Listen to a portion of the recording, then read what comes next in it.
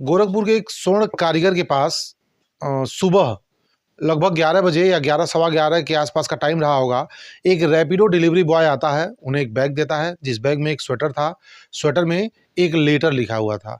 Letter को व्यवसायी द्वारा पढ़ा जाता है, जिसमें साफ साफ लिखा हुआ था, अगर बेटे की सलामती चाहते हो तो 10 करोड़ रुपए दो, अन्यथा तुम्हारे बेटे को बोटी बोटी काट दिया जाएगा। ये लेटर जैसे ही पिता को मिलता है, पूरे परिवार में मातम छा जाता है और पूरे परिवार में घबराहट की कोई सीमा नहीं रहती है। तत्काल इस परिवार के द्वारा पुलिस की मदद ली जाती है और पुलिस को सारी बात बताई जाती है। क्या है पूरा मामला, क्या है पूरी कहानी, आइए जानते हैं। नमस्कार, मैं हूं देवव्रत पांडे और आप देख रहे हैं न्यूज़ ऑन द वे। दरअसल बुधवार को सुबह में भीमसेन का लड़का रोहित सावंत अपने घर से स्कूटी लेता है और पापा से कहता है मैं गोरखपुर के इंदिरा बाल विहार पे किसी दोस्त के पास जा रहा हूँ। वो स्कूटी लेता है और घर से निकल जाता है।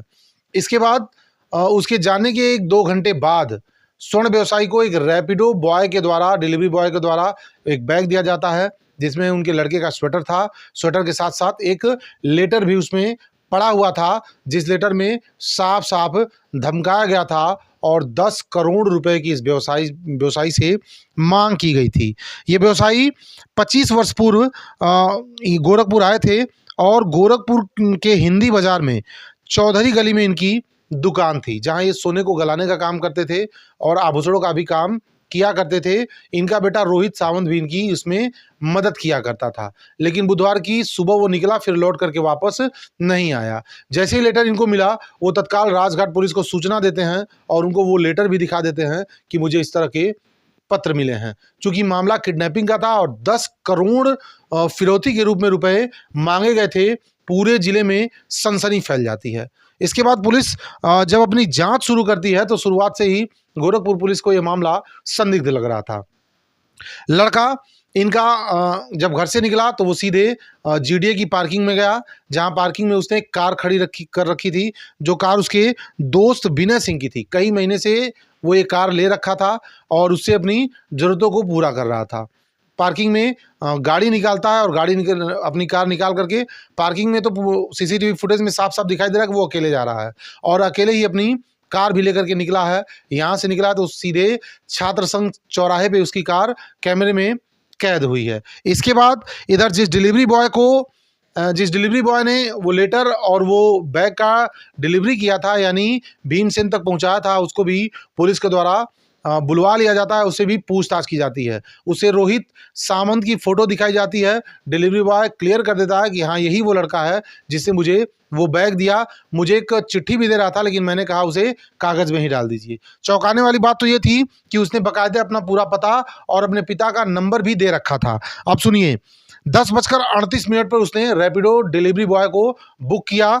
रैपिडो डिलीवरी बॉय जब उसके पास पहुंच गया तो 10:54 पे उसने 40 रुपए का भुगतान भी डिलीवरी बॉय को किया है, अपने ही मोबाइल फ़ोन से किया है।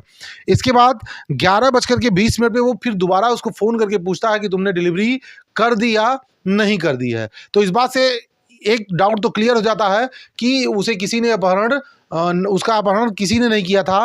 वो स्वयं ही इस अपहरण का मास्टरमाइंड बना बैठा है, ऐसा पुलिस अभी मान रही है। हालांकि अभी कोई पुख्ता सबूत नहीं मिले हैं कि उसका अपहरण हुआ है या उसने झूठ मूठ की कहानी रची है। अब पुलिस जांच में लग जाती है। इसके बाद धीरे धीरे एक के बाद एक कड़ियाँ जुड़ती चली जाती हैं। इधर वो जीडीए की पार्किंग से अपनी कार निकाल करके लेके जाता है। वहाँ छात्र संघ चौराहे पे भी उसको देखा गया है। इसके बाद जो उसका अंतिम लोकेशन है वो लखनऊ में मिला है। लखनऊ में कुछ देर के लिए उसने अपना मोबाइल भी ऑन किया था और लखनऊ के एक सीसीटीवी फुटेज में वो कार चलाते हुए जाता हुआ दिखाई दे रहा है। अब राजघाट की पुलिस और क्राइम ब्रांच की टीम लखनऊ में डेरे डाल करके बैठी हुई है और जल्द ही इस मामले से पर्दाफाश करेगी, इस मामले को उठाएगी।